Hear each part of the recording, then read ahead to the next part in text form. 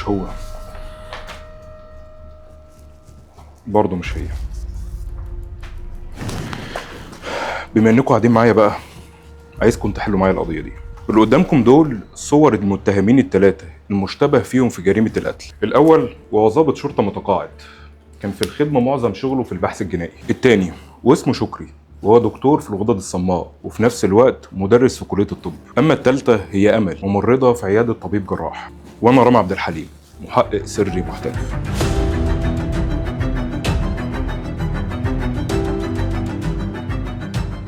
الحكاية بدأت لما استدعوني عشان في بلاغ متقدم من عامل نظافة لقى كيس فيه أشلاء بشرية على طريق فم الخليج، وبسرعة خدت الفريق بتاعي ورحت على مكان الحادث عشان أعرف إيه الحكاية. ولما وصلت لقيت نفس الكيس اللي قال عليه عامل النظافة، وفيه كفين ودراعين بس محروقين ومش باين عليهم أي آثار. وقلت لنفسي أكيد باقي الجثمان بيكون قريب من نفس الكيس، وفعلا دورت لغاية ما لقيت باقي الأعضاء. لقيت كيس تاني قريب من نفس الكيس الأولاني، لقيت كيس في راس، والكيس اللي بعد منه لقيت فيه رجلين. بس للاسف الاعضاء دي كلها كانت محروقه، وخاصه الراس بجانب ان هي محروقه هي متهشمه تماما، مش باين عليها ملامح اي حاجه. للاسف القضايا اللي زي كده وارد تتأيد ضد مجهول، وده لان مش عارفين نوصل لهويه الجثه، ولا عارفين نرفع البصمات، ولا معاه اي حاجه تثبت هو مين، ولا بطاقه شخصيه ولا باسبور. بس انا وفريق البحث بتاعي مش هنسيب العمل كده، حتى لو كلفنا الامر نشتغل ليل مع نهار. بس قبل ما اكمل لك الحكايه، تعال اقول لك شويه معلومات عن المتهمين الثلاثه يمكن تفيدني في حل القضيه. المعلومه الاولى، المجني عليه اسمه محمد مختار، وكان شغال تاجر اجهزه كهربائيه، وفي نفس الوقت كان مشارك الطبيب شكري طبيب الغدد الصماء اللي لسه قايلين عليه من شويه. وفي بينهم مشاكل ماديه وصلت ان الطبيب شكري رافع قضيه تبديد وصولات امانه على محمد مختار وسجنوا فيها. المعلومه الثانيه، المجني عليه كان متجوز ممرضه اسمها امل، وكانت شغاله في عياده نفس الطبيب شكري، وفي نفس الوقت كان لها شغل تاني عند طبيب تخصص جراحه. بس قالت ان مفيش بينهم اي مشاكل ماديه، وحياتهم الزوجيه كانت سعيده. المعلومه الثالثه ودي اهم معلومه، تقرير الطب المبدئي في تشريح الجثه بيقول ان اللي عمل كده حد متخصص، وده لانه استخدم منشار طبي وكان عارف بيعمل ايه كويس. فبالتالي وارد يكون اللي عمل كده حد يكون متخصص في المجال الطبي او رجل امن قديم، وده لانه اخفى كل اثر عشان ما نعرفش نوصل للجاني. لو قدرت تعرف من المعلومات اللي قلتها من شويه مين الجاني، اعرف ان جواك محقق صغير ومحتاج يشوف النور. تعالوا نكمل عشان تعرفوا عملت ايه عشان اوصل للجاني. اول حاجه عملتها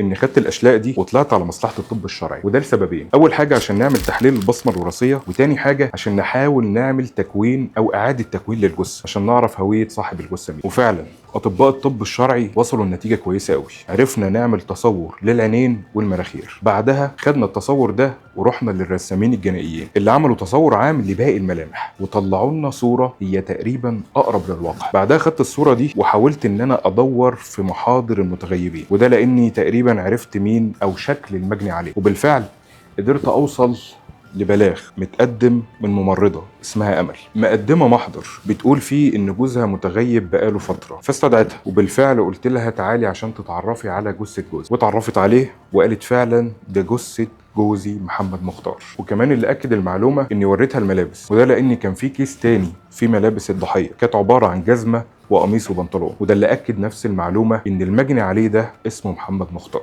ومن هنا القضيه بدات تتحل واحده واحده. فسالتها هل كان في اي مشاكل بينك وبين جوزك؟ قالت لا، احنا كانت حياتنا الزوجيه سعيده جدا، ما كانش في بيننا ادنى مشكله. بس قالت معلومات في غايه الخطوره، قالت ان كان في خلافات بين جوزها وبين الطبيب اللي كانت شغاله معاه في نفس العياده. قالت ان جوزها والطبيب اللي شغاله معاه كانوا مشاركين بعض في صفقه اجهزه كهربائيه، وبالفعل جوزها كان قادر يسدد الاقساط باستمرار، وكان فعلا الربح ماشي لغايه اما التجاره دي خسرت في يوم وجوزها ما عرفش يسدد للدكتور الاقساط اللي متعود يسددها. ومن هنا حصلت الخلافات، ووصلت ان الطبيب اللي شغال معاها رفع قضيه على جوزها وخد حكم بحبسه. وقالت ان مع مرور الوقت جوزها والطبيب حاولوا يحلوا المشاكل دي بشكل ودي، وقالت ان في اتصال تم بين جوزها وبين الدكتور اتفقوا فيه مع بعض ان جوزها يروح يسدد جزء من المبلغ اللي عليه، وبالفعل راح في الميعاد اللي اتفقوا مع بعض عليه، ومن يومها وهو مختفي. بالفعل استدعيت الطبيب شكري اللي اكد لي المعلومات اللي قالت عليها امل، بس هو قال ان هم كانوا شركاء فعلا في صفقه لاجهزه كهربائيه وحصل بينهم مشاكل ماديه، وفي اليوم ده فعلا محمد مختار راح له المكتب او راح له العياده واداله جزء من الفلوس لكن من بعدها هو ما يعرفش عنه اي حاجه. وعايز اقول لكم حاجه، التحقيق مع اي طبيب بيكون مشكله كبيره جدا، وده لان هم اذكياء بيكونوا عارفين عاملين ايه كويس وعاملين حساب الصغيره قبل الكبير. ده ممكن توصل ان هم يرتكبوا جريمه كامله من غير ما نعرف نكشفه. بس على مين؟ خلتني وراه لغايه ما وصلت لمعلومه مهمه جدا. الدكتور ليه مساعد شخصي شغال معاه بقاله 15 سنه. عرفت ان المساعد ده منبع اسرار الطبيب، ومن هنا اتاكدت ان اكيد المساعد ده هيكون وراه حل لغز القضيه. وبالفعل استدعيته وجبته عندي المكتب، واول ما دخل عليا فهمته ان انا عارف كل حاجه وعارف الجريمه اللي عملها مع الدكتور. وهو اول ما شافني اتوتر، واول ما لقى ان هو هيشيل القضيه لوحده اعترف وقال لي تفاصيل في غايه الخطوره. من التفاصيل اللي قالها اتصدمت من بشاعه اللي عملوه. اول حاجه قال ان الطبيب استدرج التاجر محمد مختار وقال له يجيله العياده، ووهمه ان هو عايزه عشان يسدد جزء من المبلغ اللي عليه وفي نفس الوقت يديله وصل من وصولات الامان. وفعلا ده اللي حصل، لان التاجر محمد مختار راح له العياده وكان معاه جزء من المبلغ على امل ان هم يحلوا مشاكلهم وديا. وقال ان مجرد اما محمد مختار قعد قدام الدكتور على المكتب، الدكتور حط ايده في درج المكتب وطلع مسدس وضربه طلقه في راسه والتانيه في صدره. بعدها الطبيب شكري والمساعد الشخصي بتاعه خدوا المجني عليه وحطوه على سرير جوه العياده، بدأوا يجيبوا منشار آلي ويقطعوا كل جزء من جسمه لوحده. بعدها خدوا الراس وحطوها تحت عجل العربيه وبدأوا يعدوا عليها اكتر من مره عشان ملامح الجثه تختفي تماما. وما اكتفوش بكده، خدوا كل الاجزاء دي كلها وحرقوها وحطوها في اكياس، وخدوا الاكياس دي وطلعوا بيها على الطريق السريع عشان يرموا الاكياس دي في اماكن متفرقه. وده المكان اللي جالنا منه البلاغ. بمجرد ما خلصت تحقيق مع محمد عبد اللطيف رحت للدكتور وقبضت عليه ووجهت ليه اتهام صريح ان هو اللي قتل التاجر. طبعا هو انكر، ده حتى رفض ان هو يمثل الجثه. طبعا الادله كانت كافيه جدا ان احنا نقدمه للمحكمه، وبالفعل اقنعت المحكمه ان الدكتور هو اللي قتل التاجر، والمحكمه حكمت عليه بالاعدام هو والمساعد الشخصي بتاعه. بس للاسف محكمة النقض عدلت الحكم وخففته بالنسبة للدكتور والمساعد الشخصي بتاعه. الدكتور نزل العقاب بتاعه من الإعدام للمؤبد، وبالنسبة للمساعد الشخصي خد سنة واحدة بس. طبعا الحكم ده صادم بالنسبة لكم، بس تعالى أفهمكم ده حصل ليه. محكمة النقض كان ليها وجهة نظر، شافت ان الجريمة حصلت بدون تخطيط من الدكتور ولا حتى المساعد الشخصي، واقتنعت ان اللي حصل ده كانت نتيجة خناقة حصلت يوم لما التاجر راح للدكتور عيادته وما كانش فيه سبق اصرار وترصد. والى حد ما الكلام مقنع، لان المحكمه كمان اقتنعت ان اللي يحب يخطط لجريمه اكيد مش هينفذها داخل العياده بتاعته، واكيد كان هياخده مكان تاني. واقتنعت